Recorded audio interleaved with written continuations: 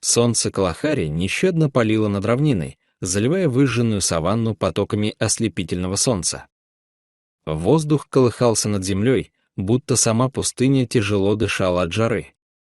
Вдали виднелся горизонт, и идущие по равнине силуэты антилоп казались призрачными.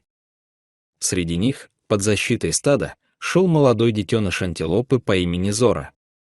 Она только недавно научилась уверенно стоять на ногах и теперь с неподдельным интересом исследовала окружающий мир. Стадо двигалось неспешно, следуя знакомому пути, от одного пересохшего ручья к другому. Они были осторожны, чутко прислушивались к каждому звуку, улавливая малейшие колебания воздуха.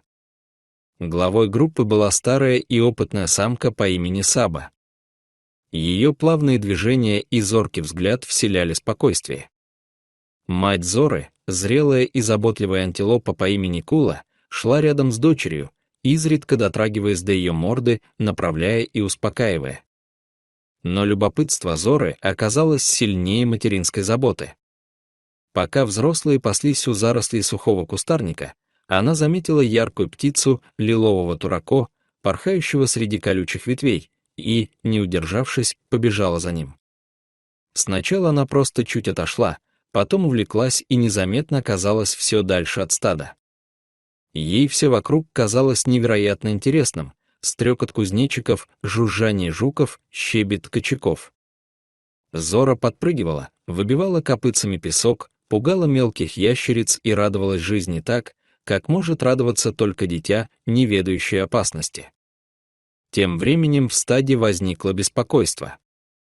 Кула подняла голову, насторожилась, громко крикнула, призывая дочь. Ответа не последовало. Она издала еще один крик, теперь громче и тревожнее. Остальные антилопы подняли головы, прислушались. Саба двинулась ближе, втянула воздух, улавливая запахи. В воздухе витала тревога. Тем временем Зора оказалась в незнакомом месте, трава вокруг стала гуще, а тени реже. Даже ветер стих. Она остановилась, подняла голову, прислушалась. Ее слабые, но настоящие инстинкты подсказывали, нужно быть настороже. И тогда она заметила движение, из травы, будто живые тени, начали выходить гепарды. Их было не меньше 4, стройные, гибкие, с искрящейся шерстью, усыпанные черными пятнами. Они двигались бесшумно, неспешно, как единое целое. Их глаза сверкали янтарным блеском, в них светился голод. Зора застыла. Ее сердце забилось чаще, дыхание стало прерывистым. Она не знала, что делать, но внутри проснулся инстинкт бегства. Один из гепардов поднял голову, крупный самец, и, не отводя взгляда, сделал шаг вперед. Остальные обошли с флангов, рассыпаясь полукругом. Зора рванулась. Песок взметнулся клубами, земля дрожала под легкими копытцами. Она бежала, как могла, петляя между редкими кустами, но гепарды были созданы для скорости. Один из них метнулся, почти касаясь ее тени, и промахнулся. Второй сделал рывок, и воздух свистнул рядом с ее боком. Она бежала, пока хватало сил, пока не почувствовала, как сердце колотится в груди, как будто готово выскочить. И вдруг что-то полоснуло по боку, когти. Зора вскрикнула, пронзительно, отчаянно, но не упала.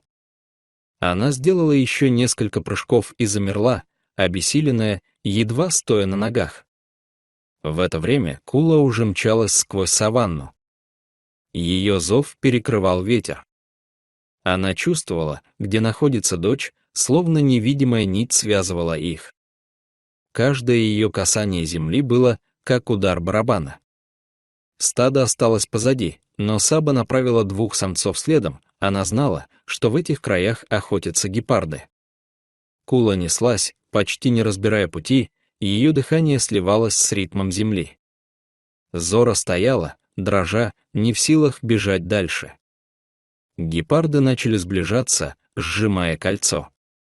Один из них, молодая самка, обошла сзади и уже приготовилась к прыжку. Но в этот момент из-за холма, словно сама буря, появилась Кула.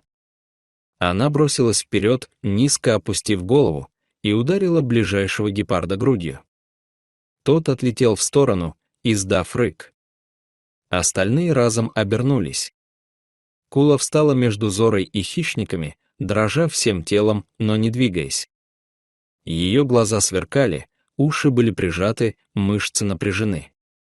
Она топнула копытом, взбивая пыль, и громко фыркнула. Гепарды зарычали. Они делали короткие выпады, но каждый раз Кула резко отбивалась, заставляя их отступить. Ее крик эхом прокатился по равнине, зов, полный ярости и страха. Его услышала Саба. Она повела остальных, и через несколько минут над саванной пронеслось гулкое топотание.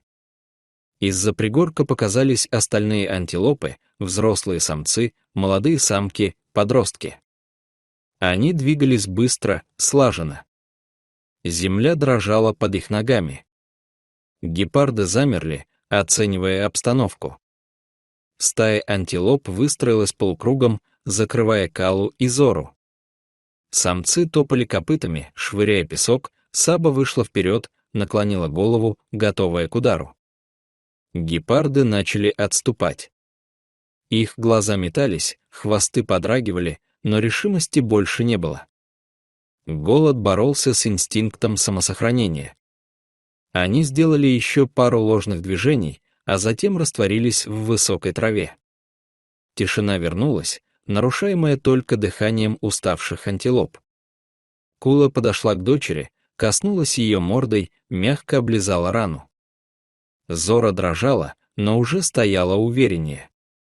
В этот момент вдалеке раздался гул мотора. Из-за зарослей акации выехали машины службы заповедника. Люди действовали спокойно, заглушили двигатели, чтобы не тревожить животных. Один из сотрудников, ветеринар по имени Дэвид, уже не раз бывал в этих местах. Он осторожно вышел из машины, держа аптечку. Саба, заметив людей, не проявила враждебности.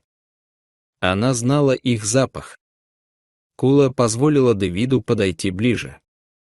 Он быстро обработал рану Зоры, наложил повязку и сделал укол. Все это время мать стояла рядом, касаясь дочери мордой, будто говоря: «Все хорошо, ты в безопасности». Когда люди удалились, солнце уже клонилось к закату. Небо окрасилось в медно-красные тона, воздух стал свежее. Стадо еще долго стояло на месте, вслушиваясь в отдаленные голоса саванны.